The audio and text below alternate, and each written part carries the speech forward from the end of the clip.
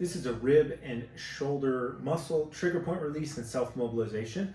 I have a video of this laying down. For some people that might be better, but this is an option standing up. So we're gonna work in a couple places with a ball. A lacrosse ball works great. Sometimes a tennis ball, but sometimes people find a tennis ball a little too squishy. So lacrosse ball works great. We're gonna be working right here on the top of the shoulder. That's the trickiest one to get because we gotta kind of press down on it.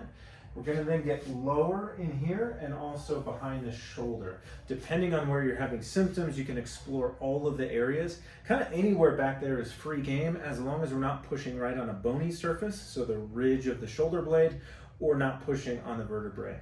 So to get this highest rib, I'm gonna get the ball pretty much right up in here. It's kind of that spot that most people have kind of like permanent knot. That's actually the rib, the highest rib has to move, and we want it to be able to move up and down primarily. And it often gets a little stiff in the upward direction for a variety of reasons. So I'm gonna get the ball here, and then I have to kind of lean my body into the wall. It can take a little bit of kind of configuring there, and now I'm like, ooh, that's kind of a tender spot.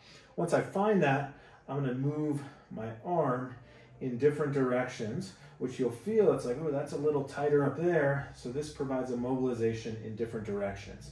This can be great for relieving some neck pain, sometimes some nerve symptoms going into the arm, or just for helping the neck to relax and shoulders to relax after spending some time at the computer, for example, or driving.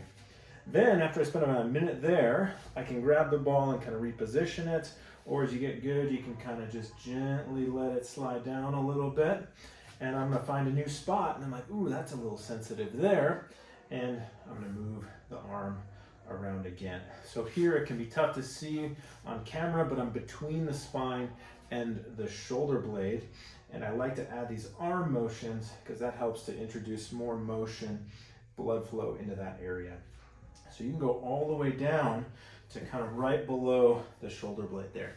Another spot is right on the back of the shoulder blade.